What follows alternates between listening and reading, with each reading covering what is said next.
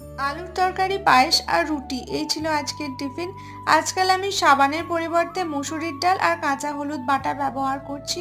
এতে ত্বক দারুণ উজ্জ্বল হয়, কয়েকদিন ব্যবহারেই ভিজিবল রেজাল্ট দেখতে পাওয়া যায়। এটা ট্রাই করে দেখা যেতেই পারে। সঙ্গে খেয়ে নিই প্রচুর পরিমাণে জল। ভুজে আগে 8:45টার সময় সন্ধ্যা লাগতো, আজকাল 8:45টাতেও দেখি সন্ধ্যা হচ্ছে না, 8টার সময় ডাইরেক্ট রাত হয়ে যায়। এই দেখো 8:45টার সময় এই হচ্ছে আকাশের অবস্থা। এটা কিন্তু বিকেলের 8:45। রেডি হয়ে অপেক্ষা করছিলাম অরিন্দমের জন্য, বেশ কিছুক্ষণ পায়চারিও করে নিয়েছি।